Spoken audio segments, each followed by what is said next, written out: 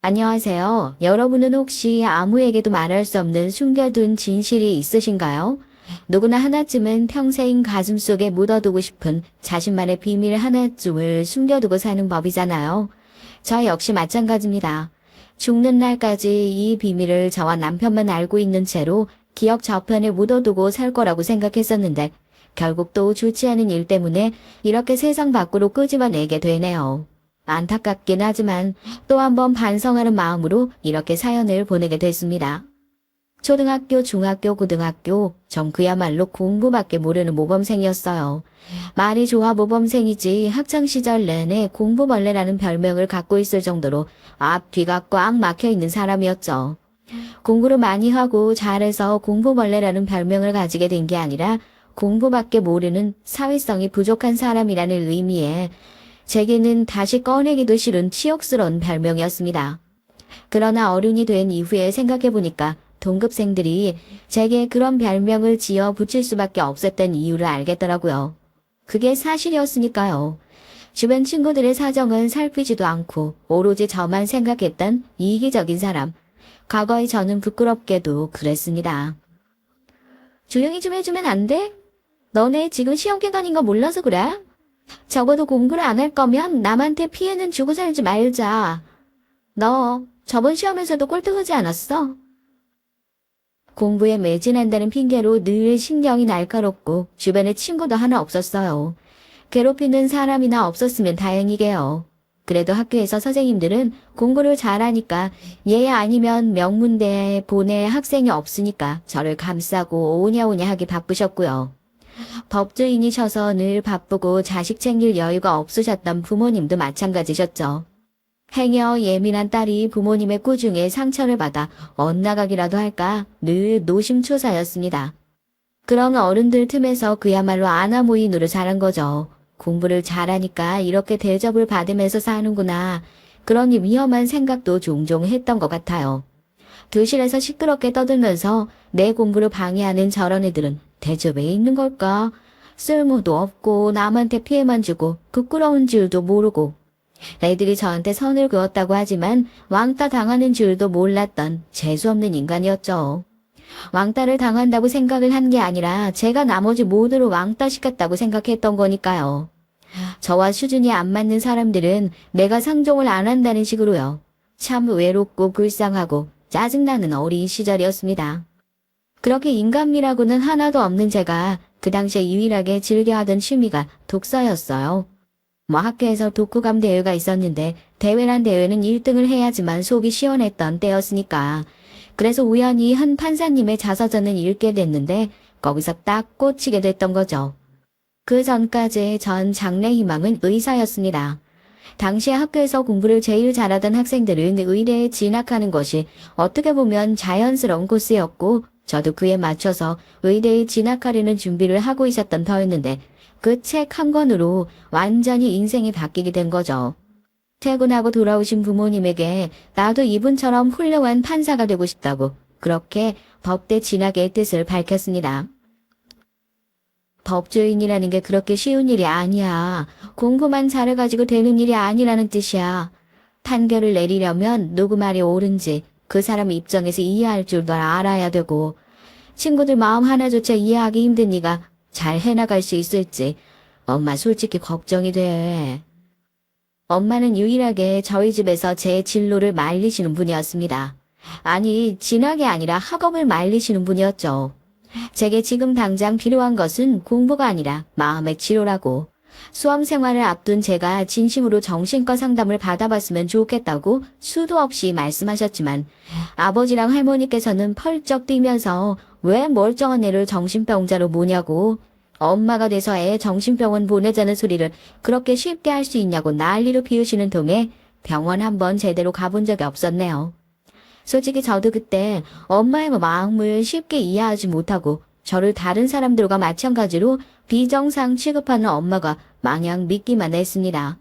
다른 사람은 몰라도 나를 이렇게 낳은 엄마는 당연히 나를 이해해주고 무조건적으로 사랑을 해줘야 하는 거 아닌가 하고요. 그때는 그게 진짜로 제대로 된 엄마의 사랑인지도 몰랐던 거죠. 여하튼 엄마를 제외한 가족들은 제 법대 진학 소식에 쌍수를 들고 환영을 했습니다. 반대를 할 이유가 없잖아요. 의사나 판사나 가운 입고 사자 붙은 직업인 건 똑같은데 저 역시 공부가 가장 쉬웠던 재수없는 인간이었으니까 이제 와서 진로의 방향을 바꾼다고 해서 크게 어려움도 없었고요. 그렇게 법대를 진학하게 됐습니다. 법대를 진학하고 난 이후엔 중학교나 고등학교를 다닐 때보다는 훨씬 숨통이 트였던 것 같아요. 법전을 달달 외우기만 하고 외운 법전을 그대로 적용하면 되는 거니까 이보다 쉽고 저한테 잘 맞는 일이 없다고 생각했거든요. 1학년 때였던가 실습 수업이 있었는데 달달 외운 법전의 내용을 그대로 얘기했다가 교수님에게 호되게 혼났던 적이 있어요. 판결은 그렇게 내리는 것이 아니라면서요. 제 판결문에는 틀린 것이 없는데 교수님은 대체 왜 저렇게 말씀을 하시나, 왜 여기까지 와서도 이렇게 답답함을 겪어야 하나 싶었죠. 그때 저에게 먼저 손을 내밀어 주던 것이 당시 대학 동기였던 남편이었습니다. 소문으로만 들었는데 너구나 철가방이? 실제로 들어보니까 더 대박이다. 법전을 그렇게 달달 외워서 판결문을 쓰니까 교수님이 싫어하지. 저 교수님은 양쪽이 처한 환경과 그렇게 할 수밖에 없었던 사정을 고려하길 바라셨던 거야. 넌 그런 것을 하나도 고려하지 않고 그냥 책 속에 있는 내용만 읽은 거잖아. 너 시험 볼 때도 그렇게 써서 내면 완전 F다. 아는 척 많이 하고 시끄러운 남자의 남편의 첫인상은 그랬습니다. 전 몰랐는데 동기들 사이에서 저는 앞뒤가 꽉 막혀서 다른 소리만 하는 사람이라며 철밥통이라는 새로운 별명으로 불리고 있더라고요. 공부 벌레나 철밥통이나 시간 지나도 사람들이 제멋대로 나를 판단하고 부르는 것은 변하는 게 없구나 싶어서 한숨을 푹 쉬었습니다. 남편도 자기 멋대로 떠들어댔던 게 미안했는지 그제서야 자기소개를 하면서 사과를 하더라고요. 뭐든 잘 해내는 제가 부러웠는데 오늘 수업에서 고전하는 모습을 보고 꼭 도와주고 싶었다면서요. 남편은 저한테 없는 모습이 있었던 사람이었습니다. 사람은 반대의 사람에게 끌린다고 하잖아요. 한 번은 제가 대놓고 물어봤던 적이 있어요. 넌 성격도 그렇게 좋고 주변에 사람도 많은데 왜 하필이면 나한테 이렇게 앞뒤 꽉 막혀서 철가방 소리나 듣는 사람한테 친구를 하자고 먼저 다가왔냐고요. 그러니까 남편이 그러더라고요. 자기는 동정심이 너무 많대요.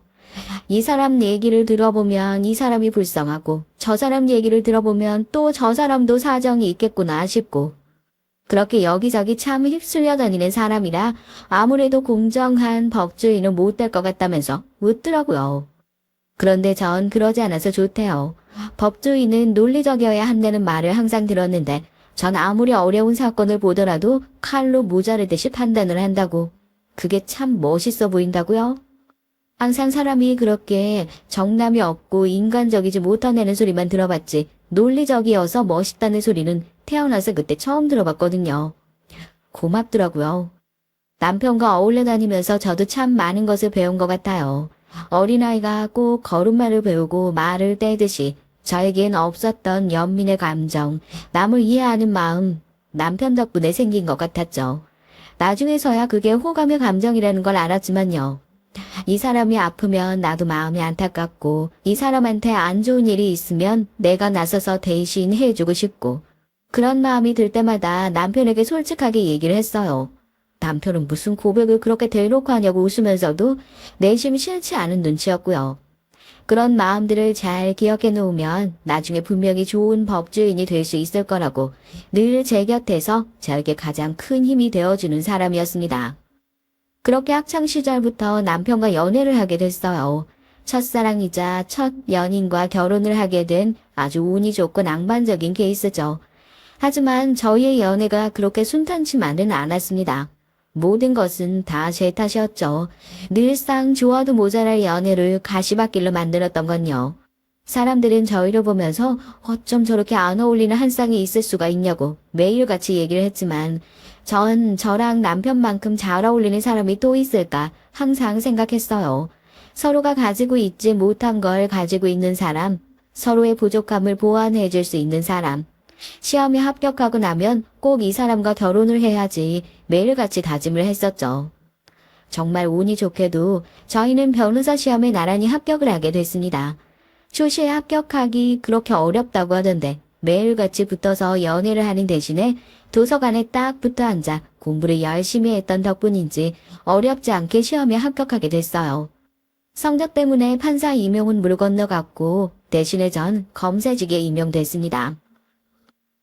난 오히려 잘 됐다 싶은데? 논리적이잖아. 어떤 말을 들어도 흔들리지 않아야 되는 자리가 검사야. 난 변호인의 편에서 변호인의 입을 대신해야 하는 자리고 넌 검사, 난 변호사.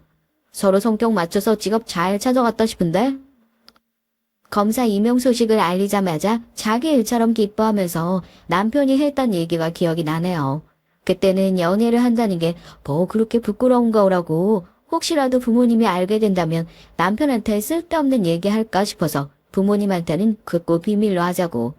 그렇게 남편한테 신신당부를 했었거든요.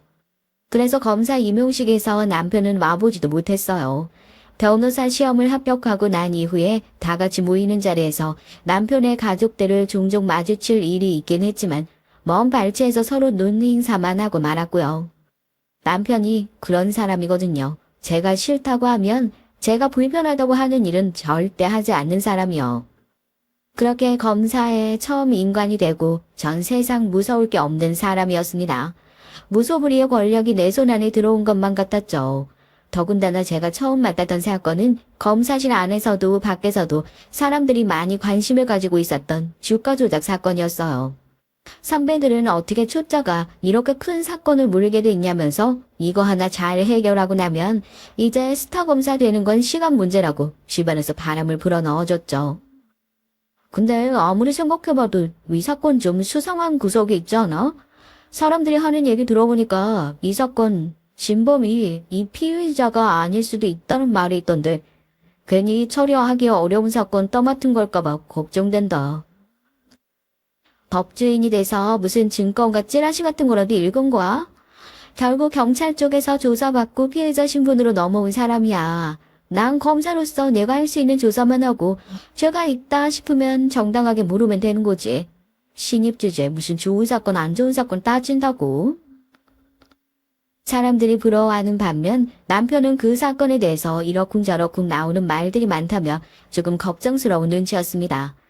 처음엔 검찰직을 수행하고 있는 저에 대한 부러움에서 그런 게 아닐까란 생각도 했었죠. 제가 늘 그렇죠 뭐. 진심으로 걱정해주는 사람들의 마음은 제대로 알지도 못한 채 아나무인 오로지 자기만 생각하는, 한편으로는 이 사건을 보란듯이 잘 해결해서 이렇게 걱정스러운 시선을 보내는 사람들에게 뭔가 제대로 해냈다는 것을 보여주고 싶었습니다. 내가 이렇게 대단한 검사다, 능력 있는 사람이다 하는 걸요. 그러나 그 사건으로 제 인생은 완전히 송두리째 달라지고 말았습니다. 처음에 조사를 받으러 온 피의자를 보자마자 전 멈칫할 수밖에 없었어요. 사람들이 계속해서 하던 말이 무엇인지 잘 알 것 같았거든요. 이 사람이 진범이 아닐 수도 있다. 조사는 아직 시작이 된 것도 아니었지만 허름한 옷차림에 기운도 없어 보이는 저 노인이 지금 기업이 중내 산해하는 초대형 주가 조작 사기에 연루되었을 리가 아무리 봐도 없어 보였으니까요. 지금부터 제가 묻는 말에 예 아니요로만 대답해 주세요. 주가 조작 혐의 인정하십니까? 하지만 기가 막히게도 조사를 받으러 온 피해자는 본인이 모든 혐의를 인정한다면서 심지어 꽤나 구체적으로 조작을 했던 정황에 대한 진술을 시작했습니다. 얘기를 들으면서 이걸 달달 외워서 하는 게 아닌가 의심이 들 정도였죠. 이미 제정신이 아닌 사람 같았어요. 허공을 보면서 혼자서 무슨 연극이라도 하는 것처럼 머릿속에 외워놓은 대사를 읊는 것처럼 보이질 않았으니까요. 조사에 전혀 협조를 안 해주고 있지 않냐면서 화도 내고 중간중간 자리를 박차고 일어나서 밖으로 나가 머리 꼭대기까지 올라온 열을 식히고 있었죠. 아직 얘기 못 들었어? 오늘 아침에 내려왔다는데 청장님 직송 라인이라야 지금 이렇게 검찰 조사 받고 있는 중이라고 매일같이 뉴스에서 떠들어대는 게 더 시끄럽다고 하루라도 빨리 정리하라고 다들 그러시던데 혐의도 다 인정하겠다. 여기만 들어오면 서로 자기가 안 했다고 오리발 내미는 사람들이 태반인데 막상 까보니까 그렇게 어려운 사건도 아니구만. 아, 왜 그렇게 애를 먹고 있는 거야? 선배 말이 맞다고 생각했어요. 이미 스스로 죄를 다 인정한 상태에서 제가 하는 것은 그냥 확인밖에 되지 않는다는 생각이 들었죠. 하지만 쉽게 결정을 하지 못하고 3시간이 넘는 시간 동안 이렇게 조사를 하고 있는 이유는 그래도 제 마음 한 구석에 남아있던 법조인의 양심 같은 거였습니다. 이 사람이 진짜 피의자가 아닌 것 같다는 마음, 이 사람이 아닌 그 사람을 지금 이 자리에 앉혀놓아야 한다는 마음, 그런 마음이 끊임없이 가슴속에서 충돌하고 있을 때 선배는 대체 그런 마음들이 뭐가 중요하냐고 불도저로 밀고 들어오는 것 같았죠. 너 지금 이거 빨리 해결 못하면 승진이고 나발이고 검찰 내서 미운탈 받기는 거다 하고요. 최준배 씨, 조사 다 끝났어요. 우리나라 경제사범들 형량 높게 안 나온다고 그런 얘기 들어서 안심하고 계실지 모르겠지만 정 꽤나 높은 형량을 구형할 생각입니다. 그러기에 최준배 씨 주가 조작으로 나가 떨어지고 목숨까지 잃는 사람이 너무 많거든요. 너무 많은 사람 목숨줄을 틀어주고 있어서 전 그렇게 할 건데 진짜 마지막으로 저한테 하실 말씀 없으세요? 어쩌면 마지막 호소였어요. 차라리 마지막에 그런 얘기를 물어보지 말걸. 죄책감 같은 건 갖지 말고 눈앞에 보이는 증거로 구형을 한 거라는 떳떳한 사람이라도 될걸. 피의자는 우물쭈물 하다가 더 이상 드릴 말씀이 없다면서 자리를 떴습니다. 아무래도 혼자 놔뒀다간 무슨 일이 터질 것 같아서 구속수사를 요청하려고 검사실로 돌아와 준비를 하고 있는데 정말 영화처럼 쿵 하는 소리와 함께 사람들의 비명소리가 들리기 시작했어요. 순간 몸이 얼어붙었습니다. 1년의 검찰 수사를 받다가 목숨을 잃은 사람의 숫자가 10명이라고 해요. 내 피의자가 아니라 누군가가 되더라도 전혀 이상할 것이 없는 상황에서 저는 왜 스스로 목숨을 끊은 그 사람이 방금까지 맞은편에 앉아서 대지유 조사를 진행하던 제 사건의 피해자라고 확신했던 걸까요? 공사님, 큰일 났어요. 아까 조사받던 최준배 씨가 지금 화장실 창문으로... 순간 머리가 어지럽더라고요. 하는 직원들의 목소리가 들리고 전 그대로 정신을 잃고 말았습니다. 눈을 떠보니 병원이었고 모든 것은 달라져 있었어요. 유서가 나왔다고 하더군요. 본인은 주가 조작의 진범이 아니라고요. 유서라고 했지만 거의 저에게 쓰는 편지라 다름없었습니다. 검사님께 드리고 싶은 말씀이 너무나도 많지만 그 얘기는 꼭 하고 싶었다면서 본인은 진범이 아니다. 가족들을 먹여 살리기 위해서 억울한 누명을 쓸 수밖에 없었지만 평생 감옥에 들어가서 가족들 얼굴 못 보고 사는 것보다 차라리 이게 낫겠다 싶어 극단적인 선택을 할 수밖에 없다는 얘기가 쓰여 있었습니다. 검찰 내부 쪽에서도 이미 움직임이 있는 것 같았죠. 일이 더 시끄러워지기 전에 말단 중에 최말단이었던 저를 잘라내는 것으로 말입니다. 검찰 조직이라는 게 늘 그랬어요. 도마뱀처럼 위기 상황이 올 때마다 자신의 꼬리가 어디인지 정확히 파악해서 그 꼬리를 잘라내오면서 살아남았다고 생각해요. 그렇게 전 하루아침에 압박수사를 진행하다 피의자를 결국 죽음으로 몰고 간 검사라는 불명예스러운 꼬리표를 달고 매일같이 기사에 오르내리게 됐어요. 몸이 회복되자마자 출근을 해서 사태를 어떻게든 수습해보고자 했지만 검사실 앞에서 진을 치고 있는 기자들을 볼 때마다 어지럼증이 다시 도지는 것 같아 제대로 일을 할 수도 없더라고요. 다른 게 아니라 청사를 들어갈 때마다 그날 일이 다시 생각나는 것 같았어요. 뭔가 억울하고 말하고 싶다는 듯한 얼굴로 저를 쳐다보고 있던 피의자의 얼굴. 화장실 안에서 무슨 마음으로 유서를 써내려 갔을지 감히 상상도 되지 않는데 그 차가운 바닥에서 마지막으로 어떤 생각을 하고 나를 얼마나 원망했을지. 매일같이 출근을 해야 하는 공간이었는데 달을 디딜 때마다 그때 상황이 어제 일처럼 생생하게 떠올라서 미칠 것 같았습니다. 증상은 날이 갈수록 심해졌어요. 자다가 헛소리를 하면서 벌떡벌떡 깨는 것은 물론이고 사람이 많은 곳에 가면 사람들이 웅성거리는 소리가 꼭 네가 밀었지, 네가 죽였지 하는 소리 같아서 귀를 틀어막고 식은땀을 뻘뻘 흘리다가 돌아오기 일쑤였습니다. 사람이 가득 차 있는 법정에 매일같이 나서야 하는 직업인데 더 이상 사람 앞에서 떳떳하게 서지 못할 것 같은 상황까지 와버렸으니 어쩌면 퇴사가 당연스러운 수순일지도 몰랐겠어요. 저 검사 관두겠습니다. 도저히 일을 할 수가 없겠어요. 그날 일이 생각나서 저 혼자만 살아남은 것 같은 기분이 들어서 괴로워 못 견디겠습니다. 임마, 네가 그렇게 나약한 놈이니까 검찰의 꼬리가 된 거야. 잘 생각했다. 검사 때려치우고 다른 일 좀 찾아봐. 그런 멘탈로 무슨 일이나 제대로 할 수 있을지 모르겠지만 말이다. 검사직을 내려놓겠다 다짐하고 사직서를 제출하러 간 날에도 자기 집 식구라고 생각했던 동료들에게 돌아오는 건 동정은커녕 조롱의 시선이었습니다. 저 사람이 그렇게 라인 타고 올라가려고 아둥바둥거리다 고꾸라진 그 검사라면서 그 의자가 스스로 목숨을 끊었다면서 대체 어떻게 해야 그 지경까지 갈 수 있어? 뭐 학교 다닐 때부터 사람들 기분은 하나도 신경 안 쓰는 완전 아나무인의 독불장군으로 유명했다고 하더라고. 닥스를 들고 엘리베이터까지 걸어가는 길이 얼마나 멀게 느껴졌는지 모르실 겁니다. 말에도 가시가 있다는 걸 그때 알았죠. 수많은 화살이 그대로 날아와 제 등에 꽂히는 것 같았으니까요. 눈물을 꾸역꾸역 참으면서 아무도 배웅해주지 않는 회사와의 마지막을 그렇게 보내게 됐어요. 삶의 목표였습니다. 믿기지 않으시겠지만 정말로요. 검사라는 직업이 법조인이라는 꿈이 제 삶의 목표였거든요. 그 목표 하나만을 위해서 경주마처럼 달리느라고 사람들이 마음대로 떠들어대는 것처럼 주변에 살피지도 않고 비인간적으로 달려왔던 건데 이제 전 어떻게 해야 할지 모르겠는 거예요. 전 그렇게 생각하거든요. 사람이 팔다리를 잃고는 살아갈 수 있을지 모르더라도 목표 없고 희망 없이 살아가는 건 절대로 불가능하다고요.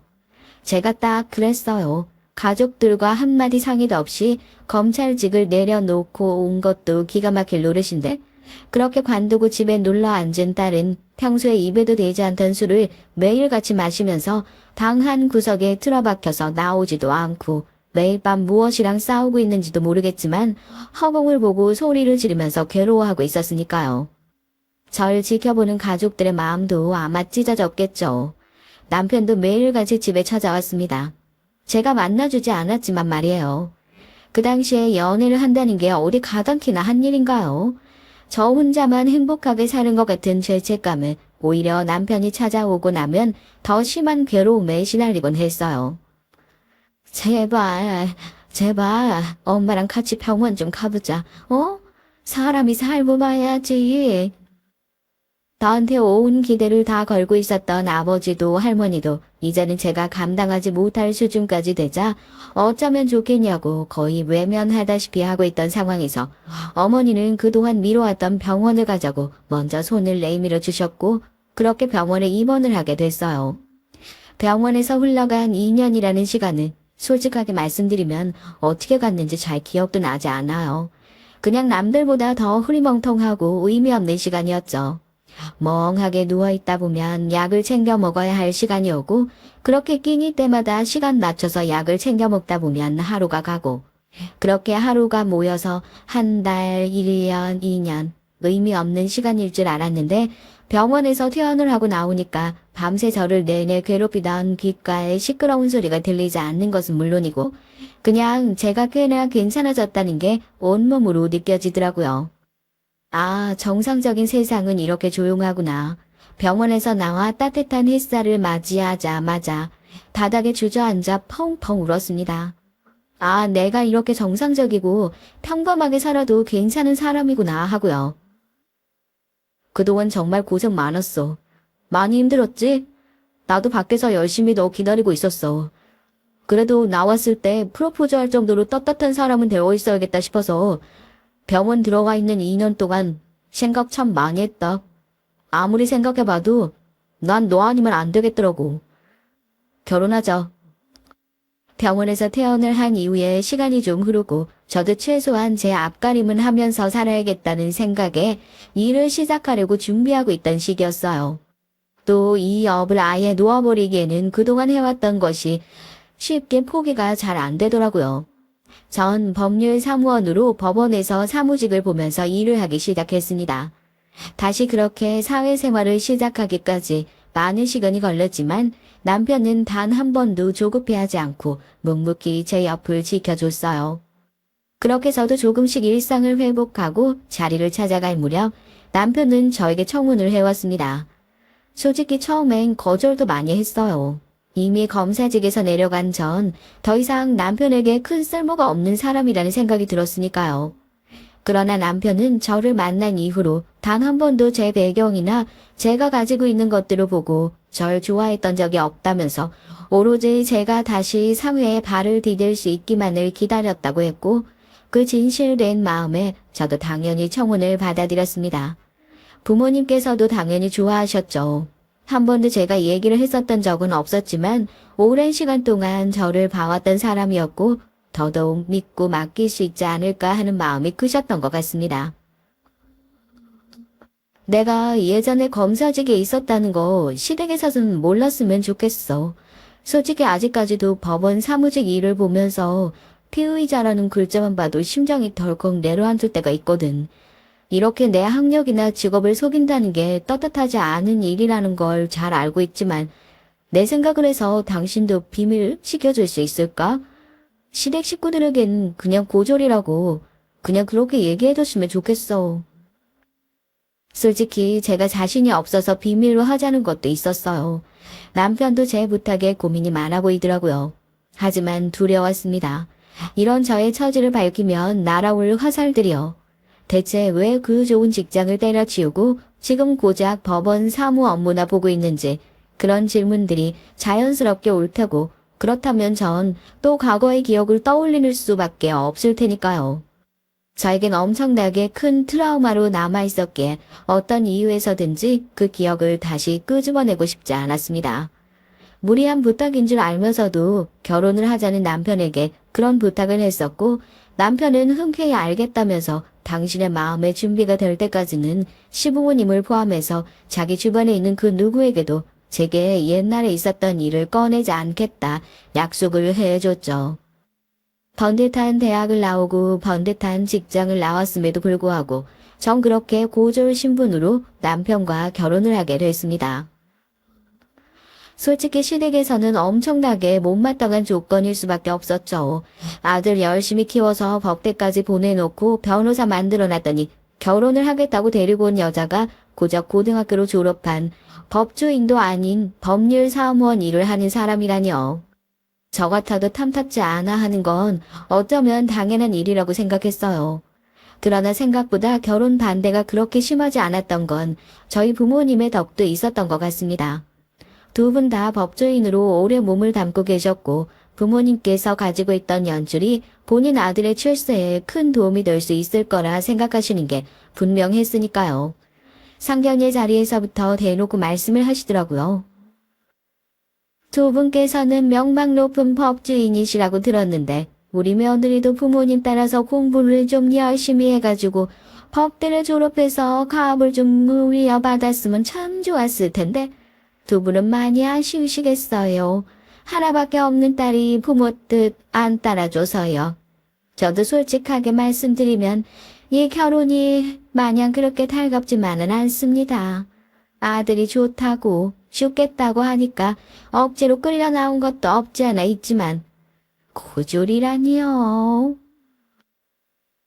어떻게 자식 키우는 게 제 뜻대로만 되겠어요. 사부인도 이렇게 장성한 자식 키워보셔서 잘 아시지 않습니까? 많이 부족한 여식인 거 알고 있습니다. 그래도 지혜롭고 현명한 딸이니까 어떤 식으로든 집안의 보탬이 될 거라고 생각합니다. 많이 가르쳐서 보내겠습니다. 글쎄요, 어떤 식으로든 집안의 보탬이 될까 싶네요. 딸한테 말하는 것보다는 사돈네에게서 저희 아들 좀 잘 올라갈 수 있도록 많이 끌어주시고 밀어주시면 그걸로 저도 위안 삼고 살아야지요. 뭐 이미 이렇게 결혼 진행하기로 한 거 제가 여기서 볼멘소리 해봤자 무슨 소용이 있겠습니까? 안 그래요? 상견례 자리의 주인공이 저임에도 불구하고 저는 쏙 빠진 채로 얘기가 진행되는 것 같은 기분에 속상하기도 했지만 이건 역시 제가 한 거짓말에 대해서 감당해야 할 결과라고 생각하고 그저 창피하고 속상한 마음을 꾹 누르면서 그 자리를 당장이라도 박차고 일어나고 싶은 마음을 참아내는 것밖에는 제가 할 수 있는 일이 없었어요. 상견례를 마치고 집에 돌아오고 나니까 참 많은 생각이 들더라고요. 내가 그때 일을 때려치우지 않고 계속해서 하고 있었다면 선배 검사들의 말대로 검찰 조사에서 사람이 죽는 일은 너무나도 흔한 일이니까 저도 그 사람들처럼 내 잘못이 아니다. 이건 내 잘못이 아니다 생각하면서 대수롭지 않게 생각하고 넘겨버렸으면 그럼 오늘처럼 이렇게 무시받는 일은 없지 않았을까 하고요. 그럴 때마다 피의자의 얼굴이 족쇄처럼 저를 쫓아다니며 네가 그랬잖아. 네가 어떻게 나를 그렇게 만들어 놓고 행복하게 살아? 라고 귀에다 대고 소리치는 느낌이었습니다. 제가 모든 죄를 속죄하지 않는 이상 이 지독한 꼬리표는 평생 저를 따라다니며 저를 갉아먹고 괴롭힐 것 같다는 느낌이요. 결혼을 하고 나니까 매일 밤 피의자와 있었던 일을 떠올리면서 버텼던 지옥 같은 날들은 뭐 천국과도 같더라고요. 저희 시어머니는 상견례 자리에서도 아시겠지만 자식의 출세에 대한 욕구가 굉장히 강한 분이셨습니다. 남편에게는 동생이 하나 있었는데 대기업을 다니고 있던 시동생은 성형외과 의사라는 번듯한 직업의 동서를 만나서 잘 지내고 있었으니 전 항상 그 사이에서 비교 대상이 될 수밖에 없었죠. 여러분은 살면서 차별을 받아보신 경험이 있으신가요? 내 편 하나 들어줄 수 없는 남들로 가득 차 있는 시댁이라는 공간에서 그 차별을 받아보신 적은요? 사연을 쓰면서 그 차별의 역사를 떠올려 보니 말도 못하게 힘들었습니다. 가뜩이나 정신이 불안정한 저였는데 또 그건 어떻게 참아냈나 싶더라고요. 예, 이번 주 목요일에 너희 동서 병원 쉬는 날이라고 하니까 다 같이 쇼핑 좀 가자. 뭐? 연차로 왜 못 내? 네가 그렇게 바쁜 일을 하는 것도 아니고 바빠봤자 하루 종일 병원에서 아픈 환자들 돌보는 네 동서보다 더 바쁘니? 되지도 않는 바쁜 척일랑 하지 말고 회사에다가 실행일 때문에 연차 쓴다고 그렇게 말해. 너희 동선 요즘에 병원에 손님이 많아졌다고 나한테 먼저 뭐 필요하신 거 없으시냐고 나서서 쇼핑을 가자고 하는데 어쩌다가 집에 저렇게 모자란 애가 들어와가지고는 참. 의사인 동서가 최근 병원에 관광객들의 방문이 많아졌다면서 본인이 쉬는 날에 맞춰서 어머님이랑 같이 쇼핑을 가자고 한 모양이에요. 처음엔 선심 써주듯이 저를 같이 끼워주시겠다고 하길래 어쩐 일로 어머님이 나를 다 챙기실까 이런 생각을 했었는데 아니나 다를까 연차를 쓰는 것부터 삐거덕거리기 시작했죠. 전 어머님께 아무리 이번 주라고 하더라도 저희 법률 사무소도 일이 많이 바쁘다. 적어도 연차를 쓸 거면 한 주 전에는 미리미리 사람들과 상의를 하고 일정을 맞춰야 한다 얘기를 했지만 어머님께서는 제가 뭐 그렇게 대단한 일을 하느냐고 바쁜 사람들이 너한테 일정을 맞추어야 하냐면서 데려가 주는 것도 감사하게 생각해야 하는 마당에 지금 무슨 연차 하나 제대로 쓰지 못하는 회사를 다니는 주제에 토를 다냐고 화를 내셨고요. 어쩌겠어요. 시댁에서는 며느리가 영원한 을인걸요. 회사에 가서 되지도 않는 핑계를 대면서 급히 연차를 써야겠다. 그렇게 또 아쉬운 소리를 하게 됐죠. 그래도 다행인 건 일을 하는 동안 한 번도 그렇게 제멋대로 휴일을 써본 적이 없었기에 회사에서도 흔쾌히 휴가를 사용할 수 있도록 일정을 배려해 주셨습니다. 그렇게 어머님과 동서와 셋이서 백화점에 가게 됐어요. 비록 과정이 좀 힘들긴 했지만 그래도 이렇게 집안 여자 셋이서 같이 어디를 나온 것도 처음이기도 했고 다른 사람들 얘기를 들어보니까 며느리가 마음에 안 들면 집안 내에서 티가 나지 않게 망따를 시키기도 한다던데 우리 시댁은 생각보다 그렇게 나쁜 사람들은 아닌가 보다. 그때는 그렇게 생각을 했습니다. 백화점에 들어가서 본격적으로 쇼핑을 시작하면서부터 제가 무슨 역할로 따라왔는지 잘 알겠더라고요. 짐을 들어주는 본인들의 수행 비서요. 두 사람이 팔짱을 끼고 다정하게 우리 며느리예요, 우리 시어머니예요 하고 하하호호하며 백화점을 돌아다니는 동안 전 두 사람이 쇼핑한 쇼핑백을 양쪽 어깨에 들쳐매고 양손에 바리바리 들고 두 사람 뒤를 줄줄 쫓아다니기 바빴었죠. 지금 뭐 하는 건가 싶더라고요. 정작 기분은 다른 데서 상했지만요. 어머, 이 시간에 여기서 다 보네. 아이고, 며느리랑 같이 쇼핑 나왔나 보다. 듣지 않으니까 막내 며느리가 뭐 의사라고 그러던데. 저기 뒤에는 둘째 며느리야? 둘째 며느리는 무슨 일 하는데? 아유, 아주 그냥 아들 2명 낳아놓고 둘 다 장가 잘 보냈다고 친구들 사이에서 소문이 자자해. 아유, 둘째는 일이 바빠서 못 왔지.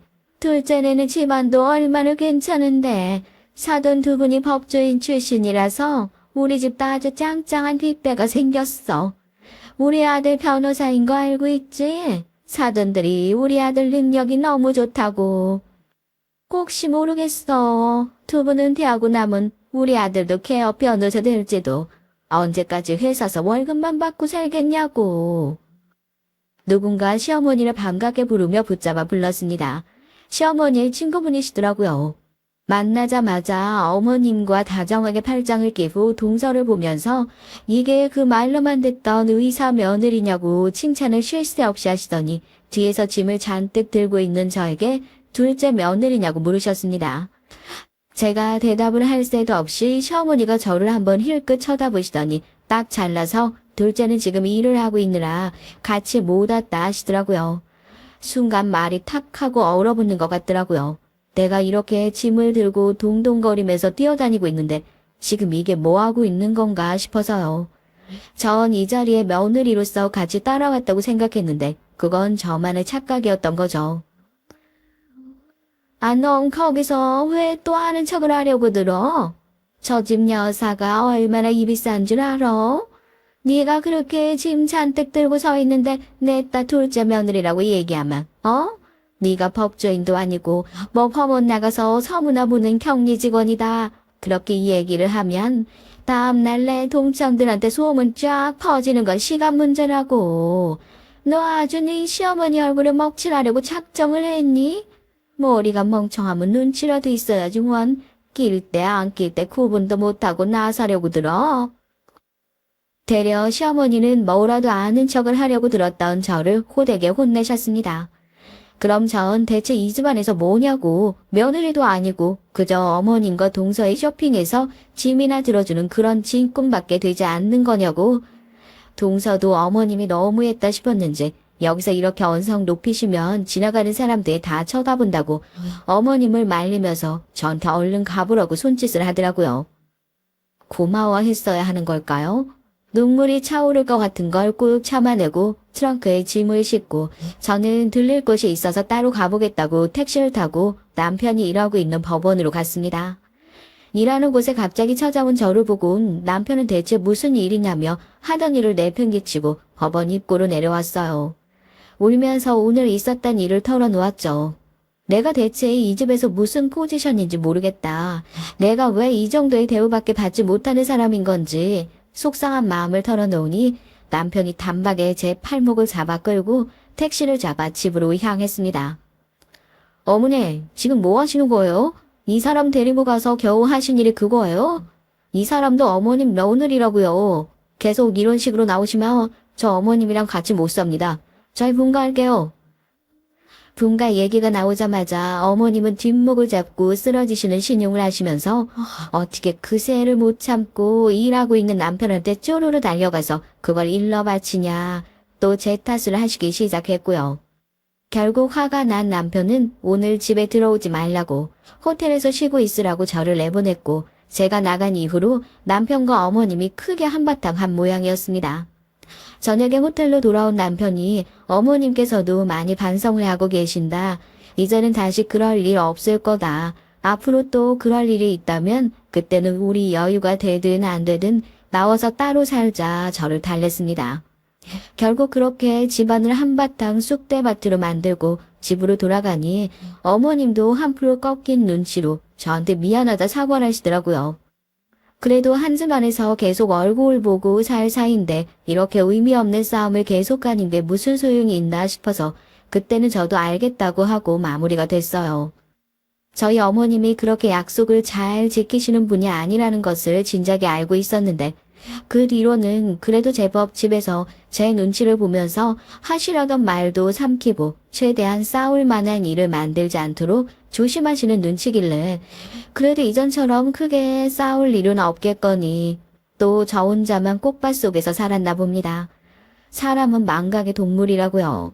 그 일이 있은 지 한 달 정도 지났나요? 슬슬 어머님도 원래 모습으로 다시 돌아오시기 시작하시더라고요.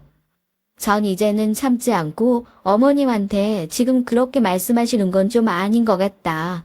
전 이런 식으로 계속 말씀하시면 남편한테 얘기해서 분가하는 수밖에 없다. 제발 한 집에 살면서 서로 얼굴 좀 안 붉히고 살 수 없냐. 어머님을 붙잡고 달래도 보고 같이 맞서서 화도 내보고 제 딴에 노력이라는 노력은 다 해봤네요. 예전에 저였다면 무슨 이런 집구석이 다 있냐면서 팩 화를 내고 짐을 싸서 저희 집으로 돌아올 성질머리였을 텐데 참 인생이란 게요. 이런저런 일들을 겪다 보니까 꼭 화를 내는 방법을 잊어버린 사람처럼 굴게 되더라고요. 하지만 저도 더 이상 참고 있을 수만은 없는 일이 터지고 말았습니다. 얼마 전부터 남편이 저한테 조심스럽게 얘기를 꺼내더라고요. 대학 동문회 얘기였어요. 저희 대학 동문회 모임이 워낙 짱짱하거든요. 동기 중에는 지금 이름난 판사며 검사며 변호사가 된 친구들도 많고 저 같은 경우에는 대학 생활을 그렇게 잘했던 편이 아니라서 동문회라는 것을 크게 신경 쓰고 있진 않지만 남편의 경우에는 좀 달랐죠. 어쨌든 지금 현직에서 일을 하고 있는 상황이었고 동문회에 가는 것이 곧 단순하게 친구들과 교류하려는 목적만 있는 것이 아니라 지금 현재 일하면서 필요한 인맥들에게 얼굴 도장이라도 한 번 더 찍어놓기 위한 자리인 것도 있었으니까요. 남편도 지금 개업을 한 해 만에 하고 있던 시기여서 평소에 남들 눈을 그렇게 신경 쓰지 않았어도 지금은 중요한 시기라는 생각이 들었나 봐요. 당신 힘든 거야 알지. 동문을 마주쳐서 좋을 것도 없다는 것도 알고. 그런데 이번엔 부부 동반이라서 나 혼자 가기도 굉장히 머쓱한 상황이라서 더군다나 우리 동기 중에 왜 경문이 기억하지? 경문이가 신신당부를 하더라고. 둘이 결혼식 한 이후로 얼굴 한 번도 제대로 못 봤는데 더 뺄 생각하지 말고 이번 기회에 나와서 얼굴 도장이라도 찍으라고. 내가 개업하면서 경문이한테 도움받아야 할 것도 있고 지금 그래서 어려운 부탁인 거 아는데 같이 가질 수 있을까 해서 당신이 정 힘들다고 하면 내가 잘 얘기하고 혼자 가든지 할게. 생각 좀 해봐. 남편이 그렇게까지 부탁을 하는데 제가 어떻게 거절을 할 수 있겠어요. 사실 아직까지 친구들을 마주치고 옛날 얘기를 편하게 늘어놓을 정도로 마음이 완전히 회복된 것은 아니지만 순전히 남편을 위해서 겨우 딱 하루도 아니죠. 저녁 몇 시간만 참아내면 되는 일이라고 생각하고 남편한테 혼자서 어떻게 가겠냐. 더군다나 경문이가 나도 같이 오라고 얘기까지 했으니까 그 상황에서 당신 혼자 가면 동기들 사이에서 우스운 꼴밖에 되지 않을 거다 얘기를 하고 함께 가기로 약속을 했어요. 오랜만에 동기들을 만나는 자리인 만큼 며칠 전부터 따로 관리도 받고 제대로 된 옷도 사고 나름대로 만반의 준비를 하고 있었죠. 워낙 겉으로 보여지는 것을 중요하게 생각하는 애들이 많았고 또 제가 검사를 어떤 이유로 관둔지도 아름아름 소문이 다 난 상태였을 테니까 굳이 그 자리에 후줄근한 모습으로 가서 애들한테 무시받고 싶지 않다는 생각도 있었고 그렇게 해서 괜히 남편 도움대로 간 자리를 망치고 싶지 않다는 생각이었어요. 남편은 몰랐겠지만 며칠 내내 동문회 생각을 하면 손에서 땀이 줄줄 날 정도로 혼자서 참 많이 긴장도 했습니다. 그런데 정작 동문회 자리가 아니라 동문회를 가기도 전에 집에서 이런 소란스러운 일이 일어나게 될 줄은 몰랐어요. 옷을 실컷 차려입고 이제 막 남편과 집에서 출발을 하려고 하는데 장을 보고 집에 들어오신 시어머니가 저를 보시고는 마침 잘 됐다면서 붙잡으시더라고요. 너희 시아버지가 갑자기 만둣국 드시고 싶다고 그러지 않으시니? 알지? 너희 시아버지 입이 얼마나 까탈스러우신지. 집에서 손으로 빚은 만두가 아니면 안 드신다고 그러셔서. 잘 됐다. 너 할 일도 없을 테니까 오늘 저녁에 나랑 같이 만두나 빚자. 오늘 저녁 내내 너랑 나랑 빚어야 내일 아침에 상에 올릴 수 있겠구나.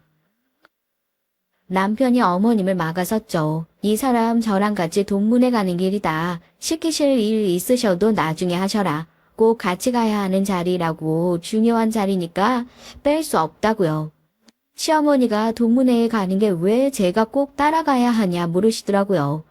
말은 그렇게 하셨지만 떡까짓게 왜 우리 아들 동문회에 따라가냐 하는 소리로 들려서 내심 상처를 받기도 했습니다.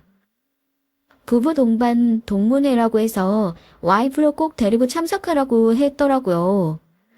그래서 이 사람 보고 동문회에 나오라고 하셨던 분한테 이것저것 도움을 많이 받아야 하는데 거절하면 그것도 예의가 아니잖아요.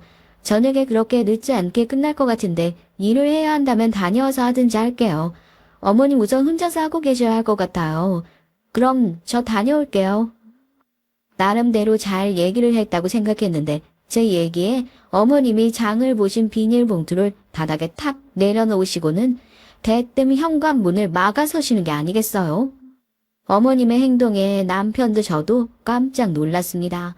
전 그저 제가 일을 도와주지 않아서 또 되지도 않는 심술이 나셨나 보다 생각했는데 그게 아니었습니다. 그냥 정말이지 저 같은 게 남편의 동문회에 따라간다는 것이 마음에 안 드셨던 거예요. 본인 아들이 가야 하는 자리에 제가 따라가는 것이 수준이 안 맞는다고요. 가긴 어딜 가. 네가 감히 어디를 해.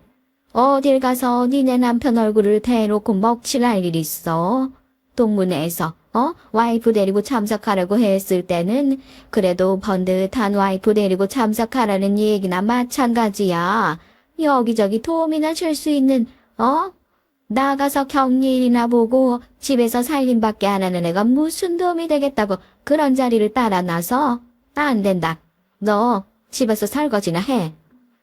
남편도 그런 어머니에게 버럭 화를 냈죠. 지금 이게 뭐 하는 짓이냐고요. 저도 그동안 쌓여있던 울분이 그 자리에서 뭔가 다 터져 나왔던 것 같아요. 현관문을 가로막고 있는 어머님을 등지고 제 방으로 들어가서 이사 올 때 들고 왔던 오래된 박스를 마구 뒤졌습니다. 그리고 아직도 현관문에서 씩씩거리고 있는 어머님에게 제가 검사 시절 사용하던 명함을 척하니 내밀었어요. 이제 되겠어요? 이 집에서 이런 게 통행증이 될 거라고는 생각도 못했는데 어머님, 저도 검사였어요. 저도 이 사람이랑 동문이었다고요. 같은 대학 나와서 부부가 같이 동문회 자리에 가겠다는데 어머님이 무슨 수로 막으시려고요? 무슨 권리로요? 어머님 논리대로라면 법대 출신도 아니고 법조인 출신도 아닌 어머님인데 제가 무시해도 억울한 거 없으신 거죠. 어머님은 제가 내민 명함을 믿기지 않는다는 듯이 몇 번이나 확인하더니 네가 어떻게 이런 거 가지고 있냐면서 재차 묻더라고요. 남편도 그제서야 속에서 죄송하지만 이 사람이 사정이 있어서 검사 일을 그만뒀을 뿐이지 자기와 동문인 것도 맞고 예전에 검사 일을 했었던 것도 맞다고 실토를 했고요. 그제서야 어머님은 슬그머니 꼬리를 내리시는 눈치였습니다. 이럴 줄 알았으면 검사 일을 관두지 말 걸 그랬어요. 어머님처럼 사람 직업 가지고 사람 학력 가지고 처벌하는 사람들, 그런 사람들 제대로 처벌하라고 제가 검사가 됐던 건데 이제 와서라도 어머님 때문에 억울해서라도 다시 할까 봐요. 어머님, 검사직 제가 관둔 것뿐이지 저 변호사 자격 아직도 다 살아있어요. 지금 나가서 개업을 해도 이 사람보다 몇 배 잘 벌어요. 그때도 어머님이 저 이렇게 무시하실 건가요? 저희 어머님 그제서야 얼굴이 빨개지셔서 조개처럼 입을 꾹 다물고 아무 말씀도 하지 못하시더라고요. 그대로 남편을 끌고 밖으로 나왔어요. 좀 더 후련한 마음으로 동문회에 참석할 수 있게 됐죠. 저희 부부는 지금 분가를 준비 중에 있어요. 동문회에서 돌아온 저에게 사돈댁에 연락해서 다 확인했다며 그동안 미안했다는 사과를 건네셨지만 이미 엎질러진 물을 어떻게 되돌려 담을 수 있겠어요. 저 이제는 이런 집에서 제가 못 산다. 아들 이혼남 만들기 싫으면 분가라도 시켜라 라는 얘기에 어머님이 집까지 얻어주신다고 하더라고요. 나름대로 속 시원한 결말을 맞이하게 되어 저도 남편과 후련한 마음뿐입니다. 그동안 왜 참고만 살았는지 저 이제는 더 이상 답답하게 살지 않으려고요. 안녕하세요. 저는 70이 넘은 할머니입니다. 제 나이 벌써 70이 넘었지만 전 아직도 20살 꽃다운 아가씨 되어 같은 마음으로 살고 있어요. 마음만 아가씨면 좋은데 전 몸까지도 젊게 살고 싶어 아직도 한시도 쉬지 못하고 여기저기 돌아다니며 바쁘게 지내고 있습니다. 그 나이에 뭘 그렇게 바쁘게 돌아다니냐고요? 전 오랫동안 교회를 다녔어요.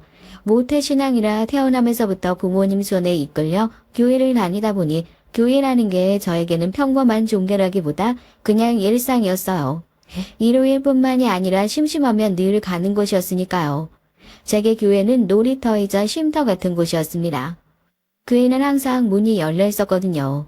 전 교회에 가는 걸 좋아했어요. 모두 저에게 친절했으니까요. 거기다가 겨울엔 따뜻하고 여름엔 시원했죠. 심지어 교회는 가기만 하면 식당에서 밥도 줬어요. 어릴 땐 그게 당연한 줄 알았는데 커갈수록 그게 아니라는 걸 알았습니다. 세상은 생각보다 친절하지 않았고 별의별 일이 다 있더라고요. 그때 깨달은 게 있습니다. 저도 교회 같은 사람이 되고 싶었어요. 누구에게나 친절하게 베풀 줄 아는 사람이 되고 싶었습니다. 직접 교회에 다니며 배운 것도 있었지만 사실 부모님의 영향이 가장 컸어요. 부모님과 저, 가족은 달랑 셋뿐이었는데 이상하게도 어릴 때부터 우리 집에는 사람이 북적였습니다. 집이 다른 집보다 크기는 했지만 방마다 우리 가족이 아닌 다른 사람들이 들어와 짧게는 몇 달씩, 길게는 몇 년씩 살기도 했죠. 아버지는 그 사람들에게 농사를 짓게 하셨고 엄마와 이모들은 매일 밥을 지었습니다. 전 다른 집도 다 그런 줄 알았어요. 우리 집에서는 꼭 핏줄이 아니어도 같이 놀고 같이 일하면서 매일 같이 먹는 게 일상이었거든요. 전 아주 나중에서야 그게 아버지께서 이웃사랑을 하는 방법이라는 걸 알았습니다. 아버지는 교회에서 봉사단체를 운영하시며 지역 내에 힘든 분들을 돕는 일을 하셨어요. 어린 마음에 부모님이 이해가 안 될 때도 있었습니다. 남을 돕는다고 해서 항상 좋은 소리만 듣는 건 아니었거든요. 한 번은 이런 일이 있었어요. 역 근처에서 동냥하고 다니던 사람을 아버지께서 집에 데려와 며칠을 재워주셨죠. 아버지는 젊은 사람이 동냥이나 하고 다니는 게 안쓰러우셨는지 주변의 일자리도 알아봐 주시려고 했고요. 그런데 문제가 생겼습니다. 그 남자는 그냥 노숙자가 아니었어요. 그냥 도둑놈이었습니다. 당시에 우리 집에 함께 살던 사람들의 현금과 귀중품을 몽땅 훔쳐서 나반도주를 해버렸거든요. 불쌍한 노숙자인 줄 알았던 남자가 아버지께서 베푼 호의를 무참히 짓밟아버린 거죠. 그런데 문제는 거기서 끝이 아니었습니다. 믿는 돕기에 발등이 찍히고 말았죠. 지금까지 아버지의 도움을 받았던 사람들이 아버지 탓을 했어요. 이게 다 아버지 때문이라면서요. 누군지도 모르는 사람을 집에 들으면 어떡해요? 그 도둑놈이 저희 전 재산까지 다 들고 날랐는데 이제 어떻게 하실 거예요? 사람이 좋아도 정도 것이지. 그런 도둑놈 새끼까지 걷어먹이려다가 이게 다 뭐야. 어휴, 속 터져. 경찰에 신고했으니까 금방 해결될 거예요. 다들 진정하고 조금 기다려보세요. 기껏 다 도와주고도 욕을 먹는 아버지를 보면서 답답하고 속상하면서도 전 아버지가 대단하다고 생각했어요. 제가 아버지의 그런 점을 빼다 박은 것 같았거든요. 전 아버지가 돌아가시고 나서 그 마음을 그대로 물려받아 평생 봉사만 하며 살았습니다. 학창시절 때부터 봉사 모임에 들어가 어려운 사람들을 도우며 많은 걸 배웠어요. 어른이 돼서도 남을 돕는 것만큼 적성에 맞는 일을 찾지 못해서 계속 비슷한 일을 하며 살았죠. 지금까지도 말입니다. 제가 워낙 검소해서 옷장에 옷이 10벌도 안 돼요. 가방이나 흔한 보석에도 관심이 없고 오로지 주변 사람들과 함께 나누고 돕는 것에만 관심이 있었습니다. 물론 봉사는 직업이 아니니까 돈이 되지는 않았죠. 그래서 제가 일을 해서 돈을 벌어야 돼요. 전 70이 넘은 나이까지도 소일거리를 하며 사람들을 돕습니다. 어느 땐 건물 청소를 하러 나갈 때도 있고 어느 땐 장례식장이나 결혼식장 같은 데 가서 설거지 아르바이트 같은 것도 해요. 한 달에 100만 원을 벌면 거기서 80만 원을 남에게 씁니다. 어떤 사람들은 저더러 착한 척 한다고 너나 지질이 궁상으로 살지 말고 잘 살라고 하는 사람도 있어요. 저는 사람들이 하는 말은 전혀 신경 쓰지 않습니다. 다 제가 좋아서 하는 일이니까요. 제가 행복하면 됐지 남의 시선 같은 게 무슨 상관이겠어요. 자식이나 가족들은 뭐라고 안 하냐고요?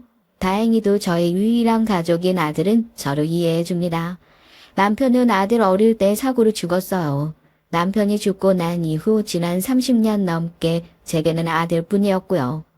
아들에게도 저밖에 없었습니다. 그나마 저는 운이 좋은 편이었죠. 남편이 살아있을 때 사둔 집도 있었고 저희 친정 부모님께 물려받은 재산도 좀 있어서 먹고 사는데 힘들진 않았습니다. 그래서일까요? 저는 항상 부족한 게 없었어요. 오히려 뭐든 넘치는 삶이라고 생각했습니다. 그러다 보니 자연스레 저보다 덜 가진 사람들을 돕고 살았죠. 어릴 때부터 이런 어미를 보고 자라선지 아들은 제가 이해가 되지 않아도 겉으로는 이해해주는 척 해줍니다. 봉사와 나눔이 제 인생의 가장 큰 행복이라는 걸 아들은 알거든요. 그런데 최근에 그런 저와 아들 사이에 작은 문제가 하나 생겼어요. 바로 우리 며느리요. 며느리는 자식과 다르더라고요. 당연한 거죠. 제가 낳은 자식도 아니고 어느 날 갑자기 가족으로 묶여버린 사이니까요. 저에게 누가 있습니까? 아들뿐이잖아요. 그래서 아들이 결혼할 때 저는 뭐든지 다 해주고 싶었습니다. 전 욕심 없는 사람이라고 하지만 자식한테까지 제 생각을 강요할 순 없는 거니까요. 지질이 궁상으로 사는 엄마 때문에 지금까지 고생만 한 아들을 위해 전 결혼할 때만큼은 제대로 해주고 싶었어요. 나름 우리 동네에서 제일 집값이 비싼 동네에 30평대 아파트를 자가로 떡하니 사줬습니다. 빚도 하나도 없이요. 아들은 자기만 이렇게 좋은 집에 살면 마음이 불편하다고 했지만 전 그러지 말라고 했습니다. 제 아들은 그럴 만한 자격이 있는 사람이니까요.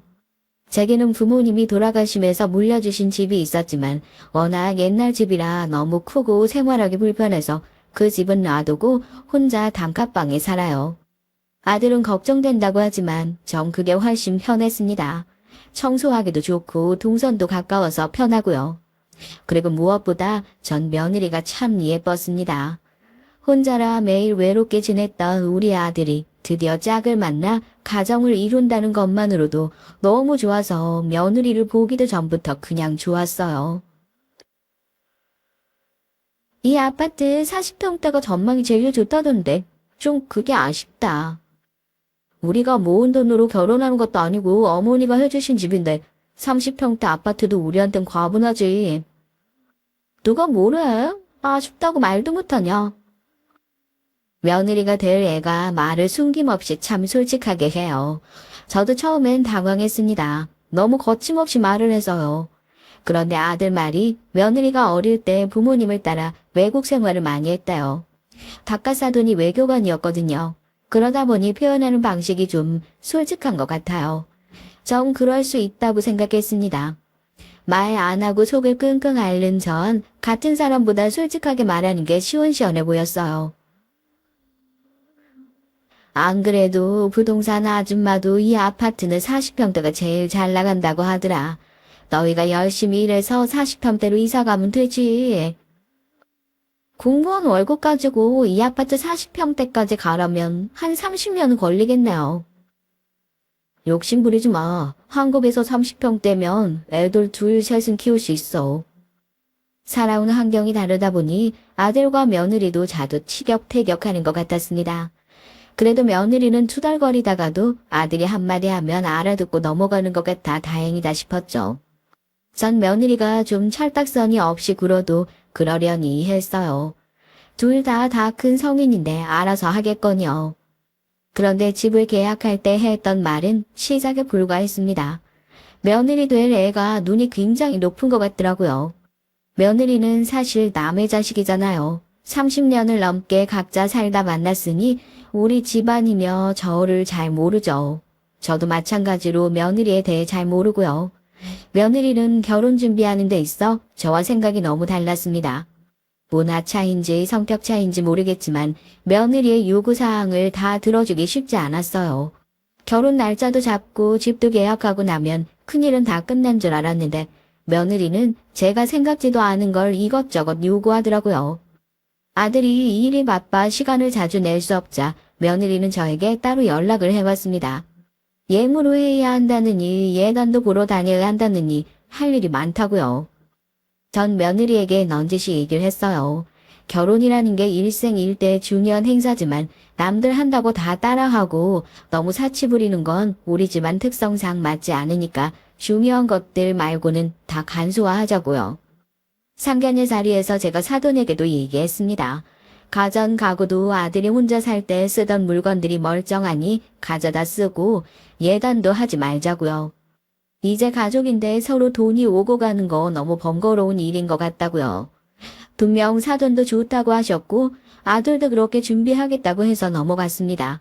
그런데 며느리 생각은 좀 달라 보이더라고요.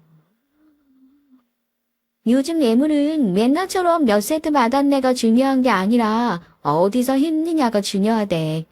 전 어차피 보석 같은 거엔 관심도 없고 잘 안 하고 다녀서 둘이 끼고 다닐 결혼 반지만 하면 되는데 제가 받은 브랜드에서 해도 돼요?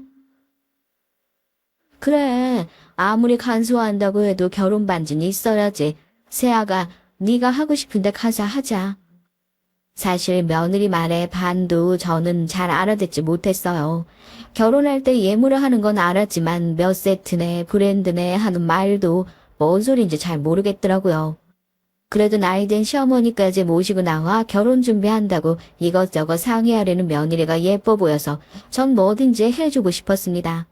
그래서 며느리가 말한 브랜드인지 어딘지 거기로 가기로 했어요. 백화점에 가본 게 몇십 년 만인지 모르겠습니다. 그것도 그냥 시내에 있는 백화점도 아니고 특별시까지 나가서 큰 백화점에 갔죠. 며느리가 말한 브랜드가 그 백화점에만 있다고 하더라고요. 백화점이 반짝반짝한 게 멋지긴 하더군요. 며느리는 정말 커플링 하나씩만 골랐습니다.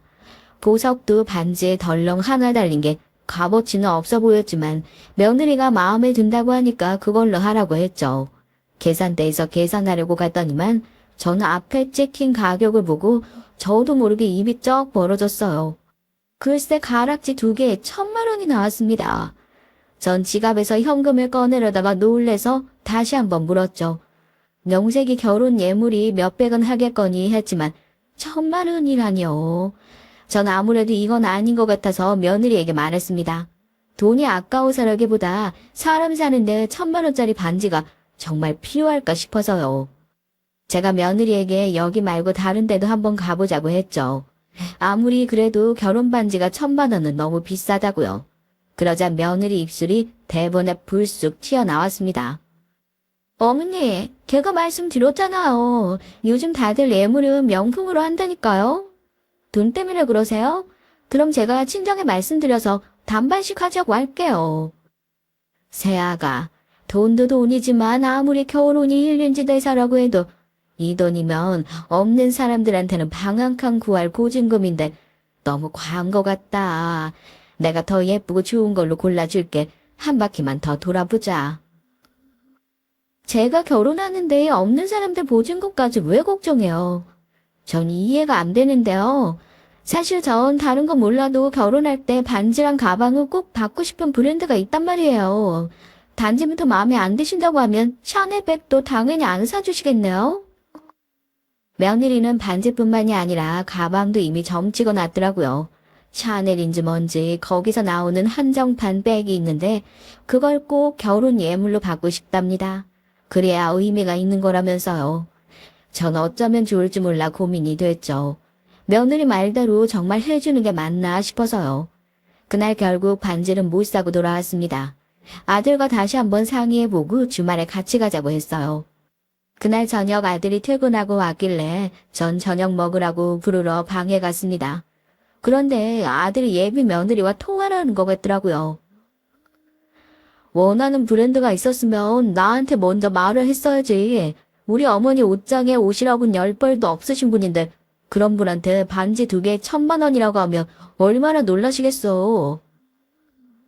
내가 신부야. 내가 결혼식 주인공이라고. 근데 반지 하나, 가방 하나 내 맘대로 못 사? 자기 대한민국 공무원이라더니 이 정도 능력밖에 안 돼? 제가 아들에게 얘기하기도 전에 며느리가 벌써 아들에게 전화로 얘기를 했나 봐요. 그 일로 아들과 며느리가 싸우는 것 같더라고요. 괜히 저 때문에 둘이 싸우는 것 같아 마음이 좋지 않았습니다. 능력이고 뭐고 상견례 자리에선 분명히 예물이고 예단이고 우리한테 필요한 만큼만 간소화해서 적당히 하자고 해놓고는 갑자기 이렇게 말을 바꾸면 어떡해. 상견례 자리에서는 어른들끼리 마음대로 정한 얘기고 준비하다 보면 마음이 달라질 수도 있지. 남들은 다 한다는데 왜 나만 못하는데? 남들 한다고 어떻게 다 따라서 하냐? 그날 저녁 아들은 밥 생각도 없다면서 저녁도 안 먹더라고요. 아들도 며느리와 티격태격한 게 마음에 걸렸는지 핸드폰만 내내 바라보고 있더라고요. 전 마음이 좋지 않았습니다. 아들이야 오히려 제게 죄송하다고 며느리가 나이도 아직 어리고 경제관념이 잡히질 않아 철이 좀 없어서 그런 거라고 애써 말하는데 전 오히려 제가 실수한 것 같더라고요. 시대가 많이 변했잖아요. 저희 때야 부모님이 금가락지라도 하나 주시면 그게 예물이었지만 지금은 전혀 아니잖아요. 젊은 사람이 갖고 싶은 것도 많고 하고 싶은 것도 얼마나 많겠어요. 제가 생각이 짧았습니다. 저한테야 집이랑 결혼식이 중요한 거지 며느리는 그렇지 않을 수도 있는 거니까요. 아니다. 그 나이에야 남들 하는 거 다 똑같이 하고 싶은 게 당연한 건데 내가 옛날 사람이라 고지식해서 생각이 짧았어. 엄마가 네 통장으로 돈 넣어줄 테니까 주말에 너희끼리 가서 예물 계약하고 와. 우리 며느리 샤넬 백도 사주고. 진작에 그렇게 할 걸 그랬어요. 생각해보니 며느리 말이 맞았습니다. 제 아들이 결혼하는 건데 남의 집 보증금 같은 걸 왜 생각했나 모르겠어요. 저도 참 병입니다. 제 자식보다 남을 생각하다니 멍청했죠. 제가 몰라도 너무 몰랐죠. 제가 돈 1,000원에 벌벌 떤다고 제 자식까지 그렇게 살게 만들었나 봐요. 전 그 일로 다시는 자식들 일에 관여하지 않기로 마음먹었습니다. 안 그래도 상견례 때 사돈에게 들었단 말이 있는데 제가 깜빡하고 있더라고요. 사실 홀어머니의 외아들이라고 하길래 전 결혼 반대했습니다. 혼자 아들 키우느라 고생이 많으셨겠지만 그럴수록 안사돈께서 아들한테 의지하고 집착하실까봐 걱정이 되더라고요. 우리 딸아이가 외국 생활도 오래 했고 막내로 커서 곱게만 자랐거든요. 사돈분들 마음 이해합니다. 근데 정말 걱정하지 마세요. 저야 아직도 이것저것 일하느라 정신이 없어서 자식한테 신경 쓸 겨를도 없어요. 장가 가면 전 아들 일에 일체 신경 안 쓸 거니까 걱정 마세요. 아들 며느리 둘이 행복하게 살면 그만이죠. 제 말에도 사돈 어른들은 반신반의하시는 것 같았습니다.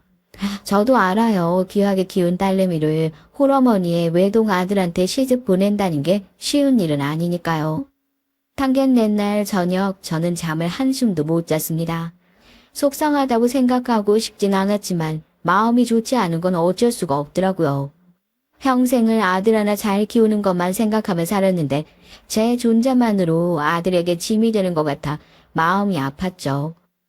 그날 이후 며느리에게 부담스러운 존재가 되지 않기 위해 신경 쓴다고 했는데 예물 준비부터 문제가 생기더니 저도 모르게 자꾸만 아들과 며느리 눈치를 보게 되더라고요.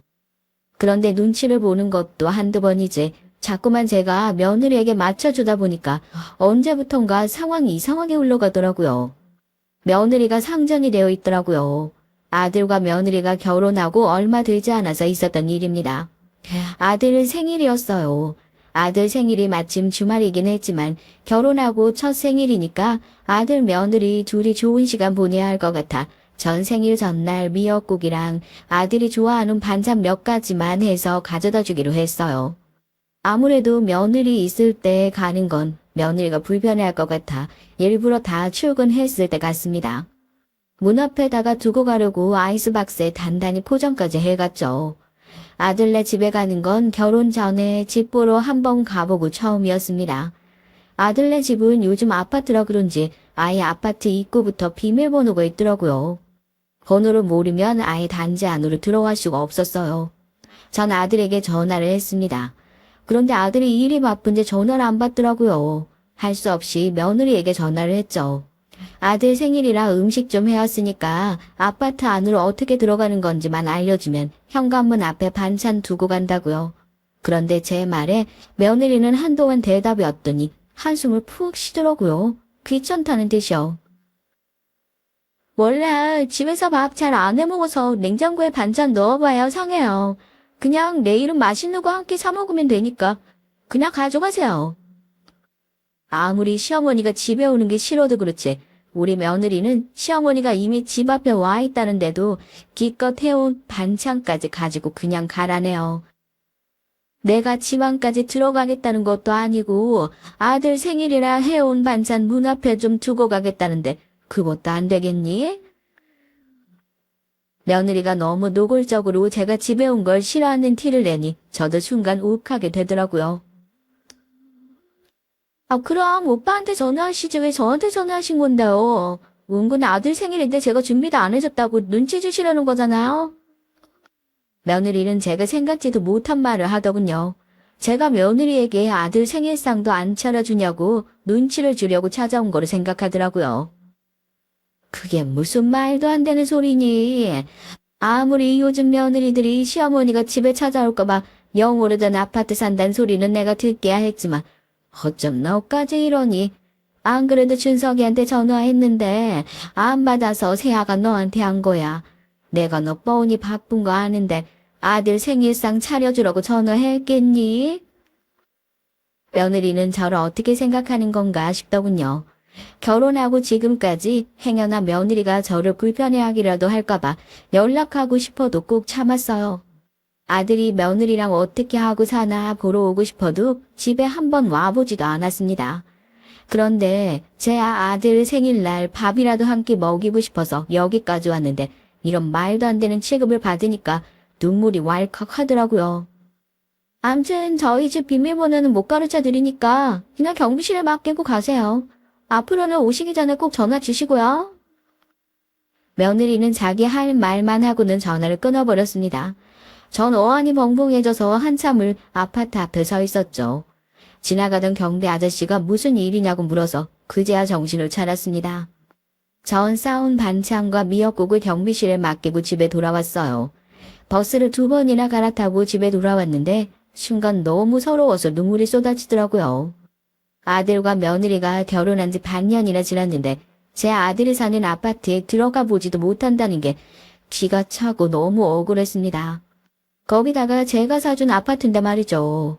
이런 치사한 생각은 하고 싶지도 않았는데 며느리에게 개무시를 한번 당해보니까 치사해지지 않을 수가 없더라고요. 저도 밤새 생각을 정리해봤지만 마음이 풀리지 않았습니다.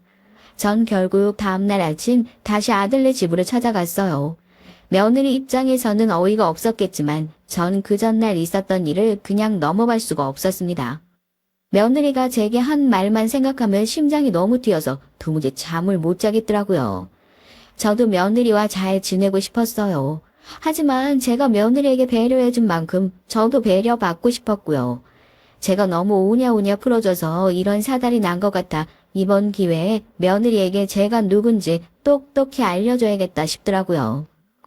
며느리 눈치 보느라 제가 세상에서 제일 사랑하는 아들 생일상도 못 차려준다는 건 있을 수 없는 일이니까요. 전 아파트 앞에 도착해 아들에게 전화를 해서 문을 열어달라고 했습니다.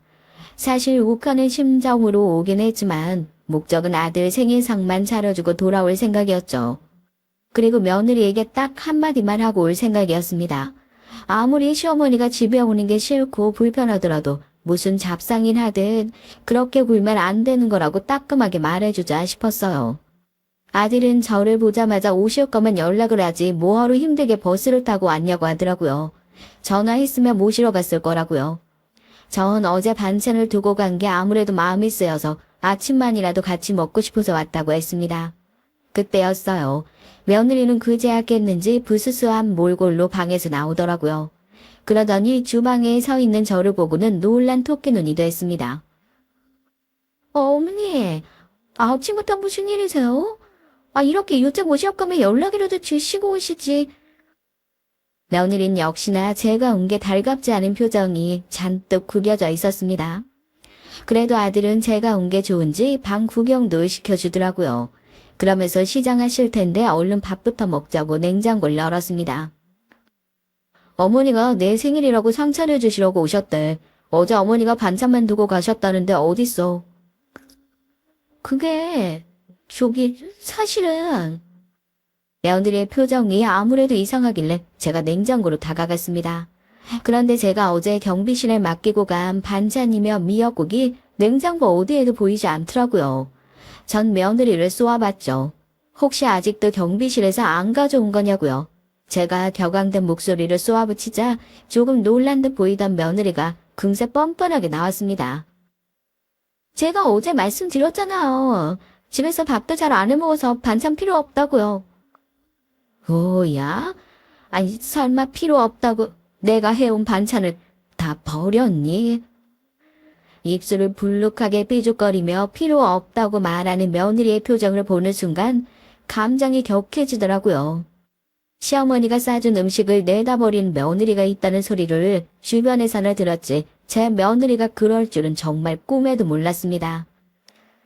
여보, 정말 어머니가 싸다 주신 반찬 버렸어? 어제 퇴근하고 경비실에서 가져왔을 거 아니야. 그 사이에 그걸 다 버렸다는 거야. 버리긴 안 버렸어. 어차피 가져와도 안 먹는 거 그냥 경비 아저씨 가져가서 드시라고 드렸어. 그걸 말이라고 해? 아예 가지고 들어오기 귀찮아서 남한테 준 거야? 누가 안 먹는데? 나 우리 엄마 반찬 먹고 싶다고 매일 엄마 집밥 생각난다고 내가 당신한테 말했었잖아. 아, 진짜 그놈이 집밥 타령. 그렇게 엄마 집밥 먹고 살고 싶었으면 그냥 평생 엄마랑 살지. 왜 나랑 결혼했어? 요즘 젊은 사람들은 다 저런가요? 제 며느리지만 정말 무섭더라고요. 시어머니가 아니더라도 남이 준 음식도 저는 미안해서 못 버릴 것 같은데 저렇게 남편 생일날 먹으라고 해준 반찬을 냉장고에 넣기도 귀찮아서 남을 준답니까? 여보, 정말 왜 이래? 아직도 뭘 잘못했는지 모르는 거야? 당장 우리 어머니한테 사과해. 사과하라고. 맨날 어머니, 우리 어머니. 당신 마마보이야. 반찬 좀 다른 사람한테 줬다고 무슨 사과를 해. 연락도 없이 집에 오신 어머니 잘못돼 있는 거지. 며느리는 적반하장으로 나왔습니다. 멀쩡한 제 아들을 마마보이 취급하면서 절 개념 없는 시어머니로 몰아가더라고요. 새아가 너 보자 하니까 안 되겠구나. 아무리 외국에서 자라고 문화가 다르다고 해도 이건 아니지. 아니 이건 그냥 모르는 게 아니라 싸가지가 없는 거지. 어머니, 지금 저더러 싸가지 없다고 하셨어요. 어머니야말로 어떻게 며느리한테 그런 말씀을 하실 수가 있어요. 그날 전 며느리와 한바탕 하고 집에 돌아왔습니다. 나중에 아들이 말려도 소용이 없었어요. 며느리도 저도 감정이 격해져서 하지 말아야 하는 소리까지 했습니다.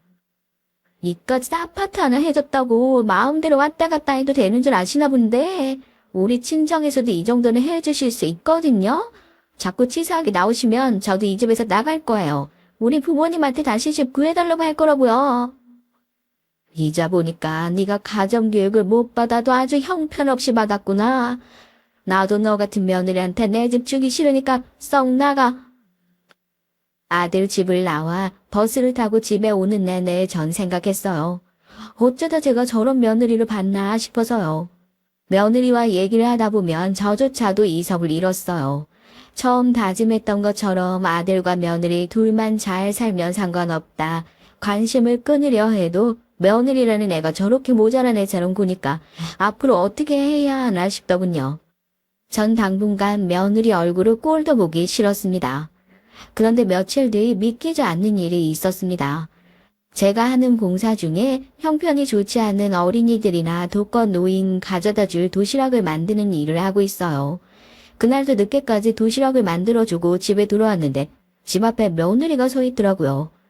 또 무슨 소리를 해서 제 속을 뒤집으려고 여기까지 왔나 싶었습니다. 그래도 집까지 온 손님을 돌려보낼 순 없으니까 집 안으로 데리고 들어갔죠. 커피도 한 잔 내주고 무슨 일로 왔냐고 물었어요. 그랬더니 대뜸 그 전 일에 대해 사과를 하려고 왔다더군요. 전 오늘 아침 해가 서쪽에서 떴나 싶었어요. 며느리 성격에 자기 잘못을 인정할 리가 없으니까요. 제가 생각이 짧았어요. 아무리 그래도 어머님이 오빠 먹으라고 해주신 건데 제 마음대로 다른 사람에게 줘버린 건 잘못했습니다. 얼마 안 됐어도 그래도 며느리라고 벌써 정이 들었는지 고개까지 숙이며 잘못했다고 하는데 그게 또 안쓰럽더라고요. 전 그날 일로 당연히 마음은 상했지만 그래도 먼저 와서 잘못했다고 말해줘서 마음이 좀 풀린다고 했죠. 이것도 다 서로 가족이 되는 과정이다. 그렇게 생각하고 앞으로는 서로 배려하고 조심하도록 하자. 나도 어른스럽지 못하게 군 건 미안하다. 서운했던 일이 그렇게 일단락되는 것 같았습니다. 그런데 사람이 어디 변하나요? 가만 보니 며느리가 나쁜 애는 아닌데 생각이 짧아도 좀 많이 짧은 것 같더군요. 말을 생각나는 대로 툭툭 내뱉어서 자꾸 실수를 하더라고요. 전혀 상대방을 배려하지 않으면서요. 며느리가 제가 사는 집에 온 게 처음이에요. 그러다 보니 신기했나 봐요. 제가 봉사를 많이 하다 보니 집에 이것저것 많거든요. 신생아 모자뜨기 봉사도 하고 있어서 여기저기 뜨개질 실도 돌아다니고 교회에서 노숙자들과 성경 공부도 하고 있어서 이것저것 공부하느라 자료들이 널려 있었죠. 그걸 보더니 며느리가 또 한 소리를 했는데 그게 또 제 신경을 건드렸습니다. 오빠한테 어머니가 워낙 검소하다고 듣긴 했지만 저 사실 어머니네 집에 와서 보고 놀랬어요. 저 태어나서 이렇게 작은 집에 처음 들어봐요. 아무리 혼자 사셔도 연세가 있으신데 어떻게 이렇게 작은 집에 사세요? 혹시 매일 봉사 다니면서 남만 퍼주느라 어디 빚 있고 그러신 건 아니죠? 내가 아무리 힘들어도 세아가 너한테 도와달라고는 안 할 테니까 걱정 마. 며느리가 저에게 빚까지 지면서 남을 돕고 다니는 건 아니냐고 묻는데 어이가 없어서 하마터면 웃음이 터질 뻔했어요. 우리 아들은 도대체 이런 애한테 왜 끌렸을까라는 의무까지 들더라고요. 거기다 저렇게 눈치가 없고 아무 말이나 해야 되는 애가 어떻게 비서실에서 근무를 하는지 모르겠어요. 며느리가 저렇게 맹해 보여도 나름 지역 내에서 알아주는 기업에서 근무를 하고 있었거든요. 외국어에 능통해서 외국에서 온 바이어와 미팅도 한다던데 저런 눈치로 어떻게 그런 큰일을 하는지 모르겠습니다. 겪으면 겪을수록 제가 정말 며느리와 가족이 될 수 있기는 할까 싶었어요. 아무리 예쁘게 보려고 해도 자꾸만 제 귀에 거슬리는 소리를 해대니 볼 때마다 마음에 들지 않았죠. 그러던 어느 날이었습니다. 안 그래도 마음에 들지 않는 며느리가 이젠 아예 미움받기로 작정을 했는지 없던 정마저 뚝 떨어지게 할 정도로 정점을 제대로 찍은 사건이 있었습니다. 제가 소속되어 있는 봉사단체가 지역 내 기업에서 지원을 받아 여성 청소년 생리대 지원을 하게 됐어요. 결정된 지 얼마 되지 않아 지원금을 조금 더 구체화하기 위해 지원이 필요한 아이들이 있는 기관에 찾아다니며 행사를 했죠. 보육원이나 지역 내에서 지원을 받는 가정이 많은 동네를 돌아다니며 부스를 만들고 설문도 하면서 아이들의 고민을 들어주는 행사였어요. 그런데 그 얘기를 듣고 웬일로 며느리가 관심을 보였어요. 자기도 뉴스에서 생리대가 없어서 휴지를 몇 겹씩 쓰고 운동화 깔창을 생리대로 쓰는 걸 봤다면서 마음이 너무 안 좋다고 하더라고요. 그런 좋은 행사에 본인도 참여하고 싶다고 해서 제가 보육원에 갈 때 데리고 갔습니다. 제가 말씀드렸죠. 우리 며느리가 철은 좀 없어도 나쁜 아이는 아니라고요. 그래서 제가 데리고 다니며 이것저것 가르치다 보면 나아질 거라 기대했습니다. 그런데 제 착각인가 봐요. 사람은 애초에 고쳐 쓰는 게 아닌지도 모르겠습니다. 보육원에 있는 여자아이들의 고민을 들어주며 상담을 하고 있는데 뜬금없이 며느리가 하지 말아야 하는 말도 안 되는 소리를 했어요. 자식까지 버리는 부모는 아예 없는 게 나아. 그래도 너희는 시대를 잘 타고 나서 얼마나 다행이니? 요즘 나라에서 밥도 못 먹으면 밥도 주고 생리대 못 사면 생리대도 주잖아. 못난 부모랑 사느니 보육원이 낫지. 여러 번 고민하고 고민하다 설문지를 쓰고 생리대를 받으러 온 아이들한테 저딴 소리를 하더군요.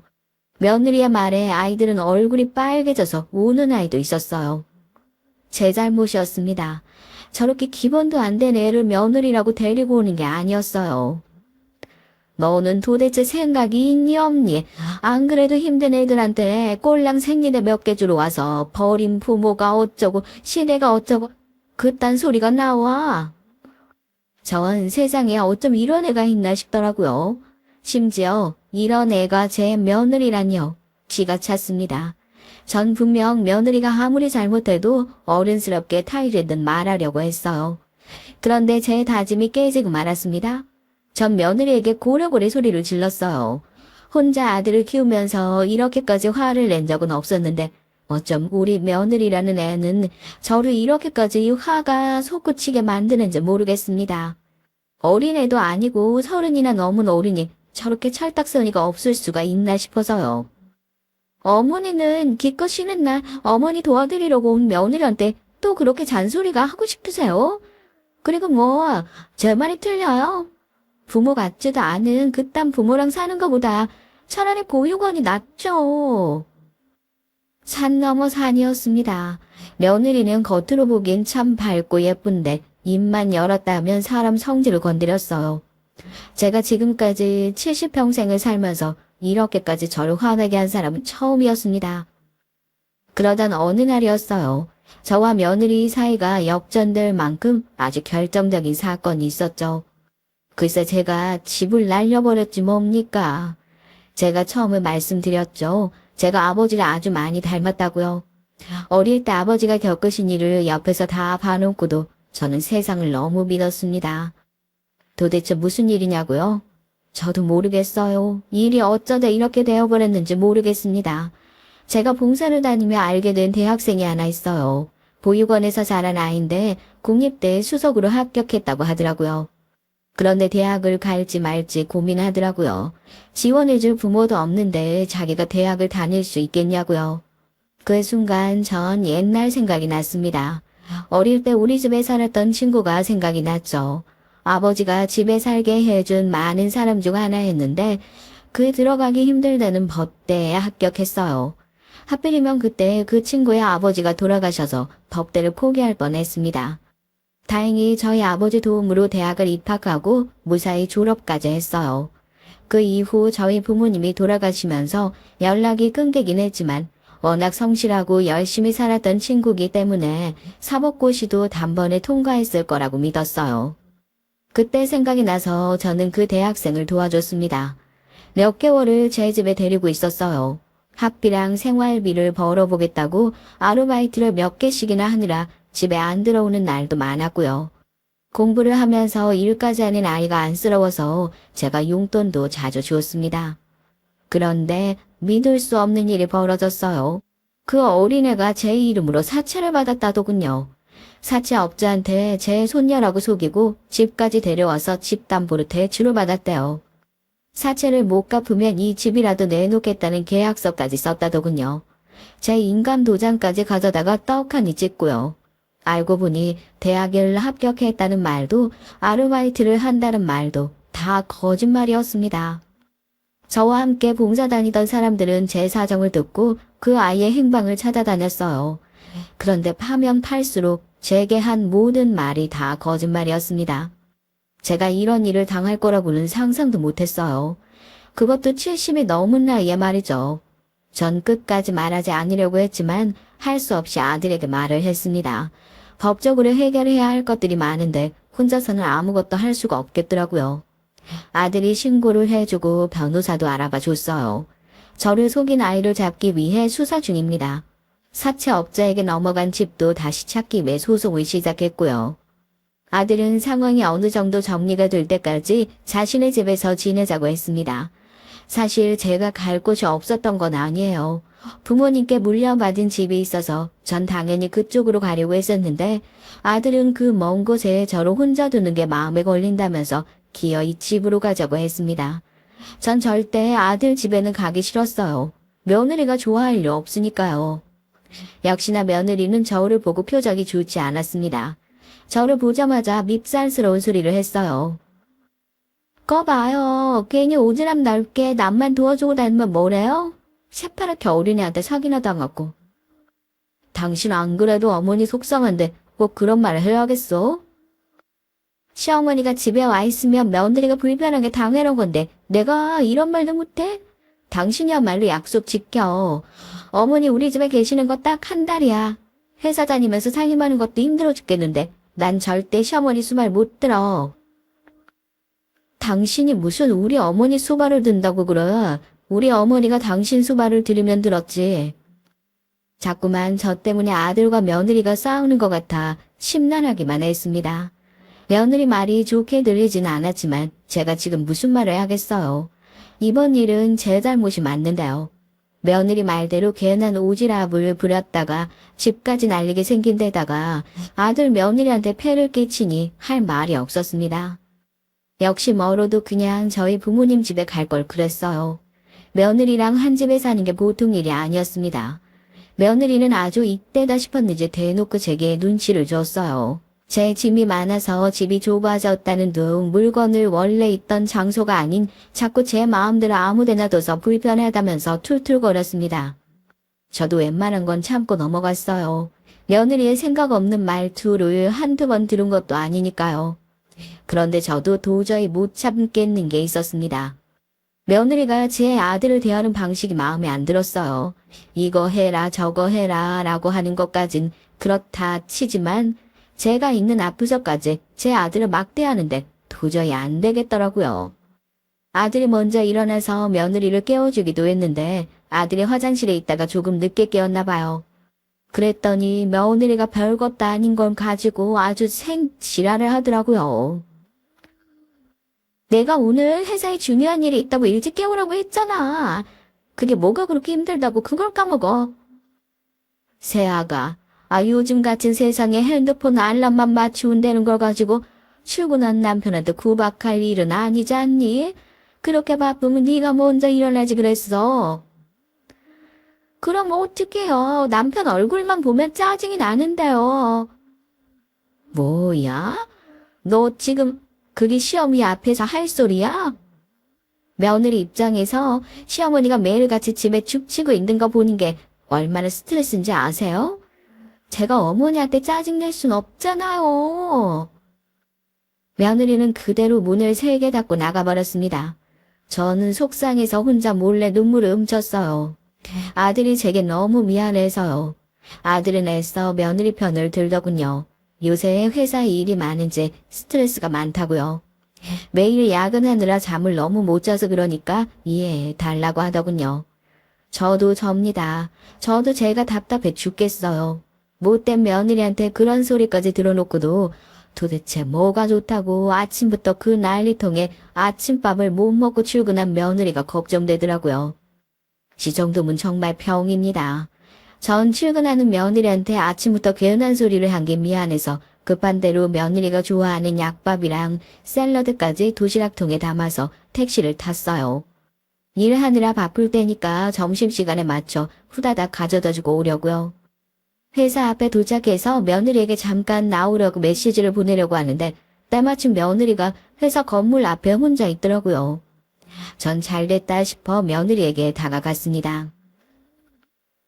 아유, 그래도 우리가 가족이라고 텔레파시가 통했나 보다. 내가 넣어주려고 도시락 좀 싸웠어. 약밥은 하나씩 먹기 좋게 포장해왔으니까 회사 사람들하고 나눠 먹어. 언니, 여기가 회사지 무슨 소풍하는 줄 아세요?